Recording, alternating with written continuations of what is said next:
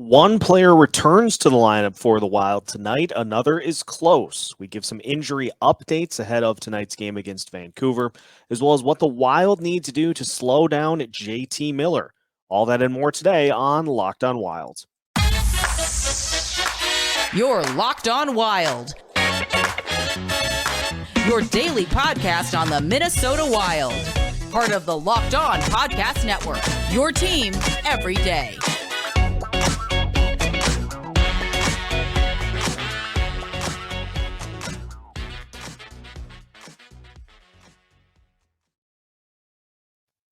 What's happening, everybody? Welcome to another episode of Locked On Wild, your daily Minnesota Wild podcast, part of the Locked On Podcast Network, your team every day. Thank you for making Locked On Wild your first listen every day. And just as a reminder, Locked On Wild is free and available wherever you listen to podcasts. On today's episode of Locked On Wild, we preview tonight's matchup against the Vancouver Canucks, who are coming in with a desperation trying to get one of the final wild card spots in the Western Conference, with some red-hot players in JT Miller and Elias Pettersson as well. So we'll talk about them, we'll talk about how the Wild match up, and we'll give you an update on a couple of Wild players who are either close to returning or are going to return in tonight's game. My name is Seth Topal, host of Locked On Wild, your veteran captain of the show, and a very veteran content producer with well over a decade's worth of experience covering your favorite Minnesota sports teams through the ups, the downs, through everything.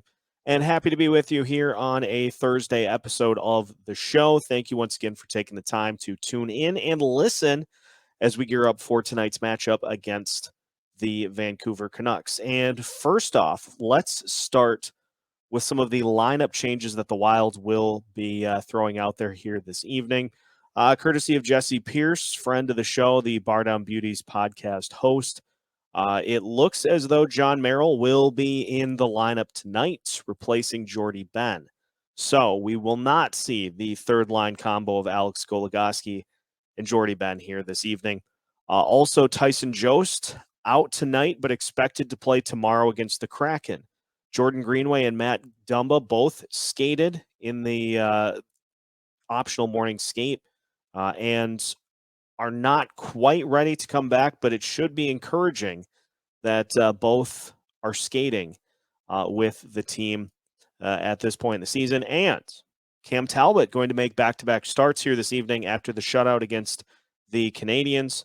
Wild's going to roll him back and put him in the net against Vancouver here this evening. So a lot of interesting things to look at heading into tonight's game. But first and foremost, welcome back, Jon Merrill. It will be good to get Merrill back into the lineup, although it's going to be interesting to see what the D pairings look like. Obviously, Middleton and Spurgeon is set.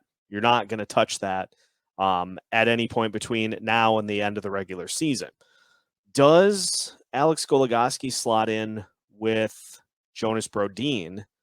Or do we see Jon Merrill hop up to the second line and then have Dmitry Kulikov with Alex Goligoski for that third line D pairing? I will talk about which one is probably the preference here when we gear up for trying to figure out how to stop the likes of JT Miller. But it's nice to have one of the regular defensemen back in the fold and to be able to help contribute, because I know Jordie Benn brings size to the equation that Jon Merrill just doesn't.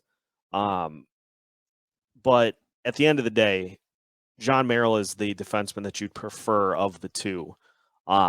There were some moments over the last few games in which Jordie Benn kind of got caught out of position. And so welcome back, Jon Merrill.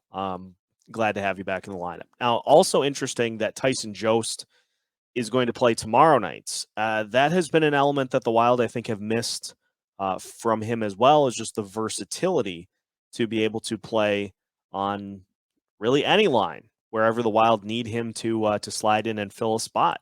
So getting him back will be great. But for now, we'll take the addition on defense, and we'll ride with those top two lines who have continued to produce for this team at just such a high level here all season, and now they'll get a chance to do it again here tonight against the Canucks. Interesting that we're getting Cam Talbot for 2 starts in a row. You know, we've seen the true rotation, and we talked about it yesterday. If it was actually working, or if it was just kind of a product of the teams that the Wild have been playing. I like the call to go with Talbot after his play against the Canadiens. Heavy caveat that it was the Montreal Canadiens. But at the same time, a shutout is a confidence booster. And so I absolutely like the decision to let Talbot try to kind of roll off of that shutout and see if he can carry some momentum, because the worst thing that could happen to the Wild here down the stretch, and by worst I mean absolutely being sarcastic, the worst thing that could happen for the Wild is that one of these goalies gets just red hot to where you can't take him out of the lineup. And obviously by that I mean that's of course best case scenario. If one of the goalies gets hot, then that's going to put a little bit of a wrench into this rotation. And let's say Talbot has a clunker against the Canadiens or against the Canucks, and you're rolling then with Marc-Andre Fleury against Seattle. So I like the decision to give Cam an opportunity to try to build off of his start against the Canadiens. But if you peel it back, he has been sensational for well past his most recent start. So I like this decision. It'll be interesting to see if it works out, because both guys should be pretty rested and fresh after how things have played out here over the last about a month. So I like it. Let's do it. Let's see what Talbot can do against a Vancouver team who is coming in absolutely fighting for their playoff lives every single game they have. So we're going to get a desperate Vancouver team here this evening, and we're going to get a Canucks team that is going to bring it, because they need this game way more than the Wild do. So we'll look at some of the factors heading into tonight's game, how Vancouver has done recently, and some of the players, names that have been leading the charge for this team here recently. And so we'll take a look at Vancouver coming into this game absolutely red hot, and we'll discuss that and more when we return next here on Locked On Wild. Shady Rays is an independent sunglasses company that gives you the features of $200 sunglasses for a fraction of the price. That means polarized lenses, well-constructed durable frames, and premium high-end finishes.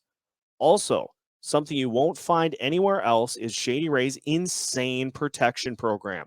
Shady Rays includes lost and broken protection on every single pair of shades they sell. They will send you a brand new pair if you lose them, no matter what happens. Give them a try, and if you don't love them, you will not pay a cent. It's as simple as that. Plus, 10 meals are donated to fight hunger in America when you shop with Shady Rays. Exclusively for our listeners, head to shadyrays.com and use the code LOCKEDON to get 50% off 2 or more pairs of polarized sunglasses. That's code LOCKEDON for their best deal of the season.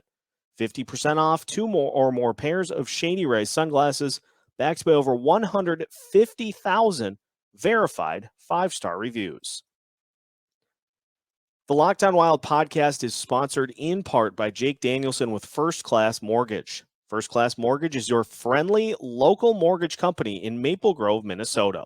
If you're looking to purchase a new home, cabin, or investment property here in Minnesota, or in Wisconsin, South Dakota, or Florida, give Jake a call today. Plus, if you're a homeowner, now is still a great time for a quick refinance review to see what options are available to help tap into your equity and fund those home improvement projects, consolidate debts, or put cash in your hands. Give Jake a call for those options as well. First Class Mortgage is a local family-owned lender, and the best part about it is that Jake does the shopping for you to find competitive rates and programs for all of your home financing needs. With over 700 5-star reviews, Jake at First Class Mortgage will be sure to deliver first-class experience and service for any of your home purchase or refinance needs. Best part about it is Jake is a born and raised Minnesotan and a sports fan who would be honored to be your mortgage guy too. Contact Jake for a no-cost, no-obligation mortgage review at 763-416-6789, or you can email Jake at firstclasscorp.com. Again, 763-416-6789. Plus, mention the Locked On Wild podcast to receive a credit towards a free appraisal. Call 763-416-6789 and go wild today. Some restrictions do apply. First Class Mortgage is NMLS number 322842, and Jake's NMLS is 2025218.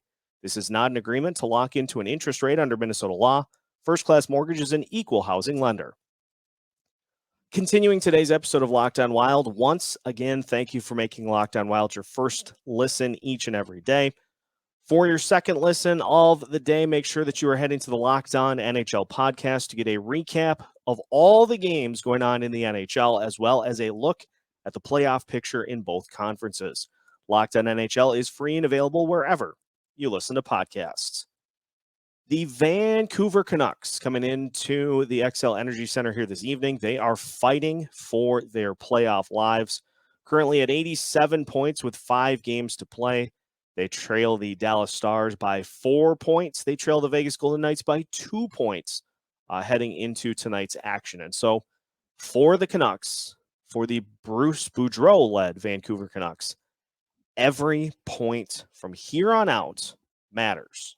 And so for a Vancouver team that has played the Wild tough here this season, I would expect nothing less than another tough fight here in this one this evening. We saw in the last matchup between these two teams a very physical, very playoff-like feel to this game. And it's a team that I think is built for the type of play that you need. The Wild won both games by a score of 3-2 so far this season. But Vancouver built now with Bruce Boudreau as coach for playoff-style hockey. Now, who knows where they would be if not for the fact that they started the season absolutely horribly bad. They could be a little more firmly in the Pacific Division hunt as opposed to a team desperately trying to claw into a wild card spot. So for the Canucks, they got to lay it all on the line here every game the rest of the way. They come in a little shorthanded as Bo Horvat was injured against the Arizona Coyotes on the 14th of April, and he will not be available heading into this one tonight. So the Wild are going to avoid one 30-goal scorer, but they will have to contend with 2 others, one other for sure, in a name that the Wild were heavily linked to pretty much all season long, that of course being JT Miller. Elias Pettersson is 1 goal away from 30 to get him a 30-goal season and to give the Canucks a trio of 30-goal scorers just like the Wild have this season. So there is plenty of firepower for this Canucks team, and it looks as though it'll be Thatcher Demko in net. And in the month of April, Demko has been pretty darn good. 5-0-2, 2.36 goals against average, and a .926 save percentage. So the Wild are going to have their hands full trying to figure out how to get some pucks in the net. And just like with any game here recently, it seems as though it's going to come down to special teams. Because just like with the Wilds having kind of a middle-of-the-pack power play and a not-so-middle-of-the-pack penalty kill, Vancouver comes in with the 8th power play in the NHL at 23.6%. Their penalty kill, however, is dead last.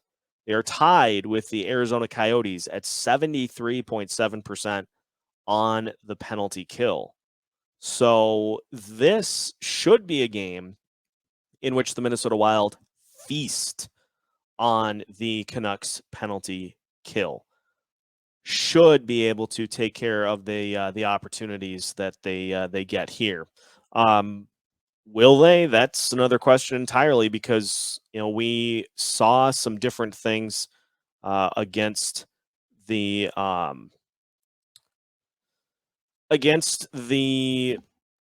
Canadians, who, not good. But this will be a good test for the Wild to see if their special teams unit has truly rebounded and if they have anything positively that they can build off of going forward into the playoffs. If they can't crack the Canadians' PK tonight, well, then we're right back where we were before. In terms of lines, I would imagine we're going to see pretty much the same thing on offense here this evening. We're going to see, those top two lines be asked to carry a lot of the load. Joel Eriksson-Ek with Nick Delorier and Nick Bjugstad again. And then the bottom line of Dewar, Duhaime, and Chaffee will just be asked to just play hard and give some quality minutes. The big key in this game is going to come on the defensive side and whether or not Jonas Brodin and Jared Spurgeon can do what they've been able to do against some of the best players in the league so far this season. You got to shut down JT Miller. You got to shut down that line with JT Miller. You got to shut down Elias Pettersson. You cannot let those guys beat you. If other players step up to try to fill that scoring void, well, then that's an adjustment that the Canucks make, and that's one that the Wild will have to counter-adjust during the game. But if they allow JT Miller and Elias Pettersson to kind of dictate things here and to score at will, well, then it's going to be a long night. So a big game. This would be normally would be a spot where we'd see the GREEF line deployed to try to keep those guys quiet. Don't have that luxury here tonight. And so for the Wild, let's see some elite level performances from Jared Spurgeon and Jonas Brodin. Try to clamp those guys down and to try to keep them from being, impact makers in this matchup. Something else that we keyed in on that will be a focal point here for the rest of the season. Zone entries. We've talked about it, and just the fact that the Wild can't seem to cleanly enter the opponent's zone when they're trying to score. I would like to see some sort of conceded effort to try to improve that. Because if you do that in the playoffs, you're just asking for just a nightmare. Wild need to clean that up in particular here heading into the playoffs. So they'll have plenty of opportunities to do so here against the Canucks this evening. When we come back, we will look at more history that the Minnesota Wild are right on the brink of in terms of franchise wins in a single season. We'll look at what needs to happen between now and the end of the year to make that a reality. All that and more when we finish today's episode of Locked On Wild after this. BetOnline.net is your number one source for all of your betting stats and sports info. You can find all the latest sports developments, league reviews, and news, including this year's NBA playoffs, Major League Baseball, and the push to the playoffs for the NHL. BetOnline is your continued source for all of your sports wagering information, from live betting to playoffs, esports, and more. So head to their website today or use your mobile device to learn more about the trends and the action. You can find everything you need and more at BetOnline, where the game starts. Final segment of today's episode of Locked On Wild. Once again, thank you for making Locked On Wild your first listen each and every day. For your second listen today, make sure to check out the Ron Johnson Show. The former Golden Gopher and NFL wide receiver is Minnesota Sports. One-of-a-kind opinions, big-name guests, the teams you care about every day. The Ron Johnson Show is part of Locked On Sports Minnesota and is free and available on YouTube and wherever you listen to podcasts. We sit at 48 wins on the season. The Minnesota Wild's record in a season going back to 2016-2017 is 49. And so with a win tonight, or with a win in the final few games of the season, the Wild will equal that total of 49 wins set back in 2016-2017. Got Vancouver tonight, Seattle tomorrow, Nashville on Sunday, and then the Wild finish at home with Arizona, Calgary, and Colorado. If we go off of how things have trended this season, it depends entirely on, who the Wild rest, what happens down the stretch. But the Arizona Coyotes, even if the Wild don't win another game the rest of the year, the Arizona Coyotes will be the franchise record tying win. Now, who you get a win against the rest of the way is a little bit more of a question. The Wilds with tonight will be taking on Vancouver, who is 6-2-2 their last 10. They had a 6-game winning streak going into their last game against the Ottawa Senators and lost 4-3 in a shootout. So they still have a 7-game unbeaten streak in regulation, but 6-0-1 in their last 7 games. So they are coming in red hot into this matchup tonight. After that, you got the Seattle Kraken, who have won 3 games in a row and seem to have gotten a nice boost from Matty Beniers, amongst others, who have helped inject some life into their lineup. So that's not a guaranteed win for the Wilds in that game. You then have the Nashville Predators. We all know how that story has gone every time these two teams have played this season. So maybe the Wilds can get the last laugh and kind of be the one to firmly put some pressure on the Predators as far as their standings in the wild card. But either way, that's one that will probably end up being a loss. So then you have Arizona, Calgary, and Colorado. Calgary and Colorado are probably going to be treating those final 2 games as an exhibition, because what we have as well, you have those final few games of the season, and the playoffs are probably going to start the following Monday. So you have a very quick turnaround. And so we will probably see some of Colorado's best for a period, enough to just get them some time on the ice. And then that will probably be it. So it's highly likely that the Wild will end up coming away with a win in one of those final 2 games as well, just because there's nothing on the line. And nobody is going to want to get anybody important hurt.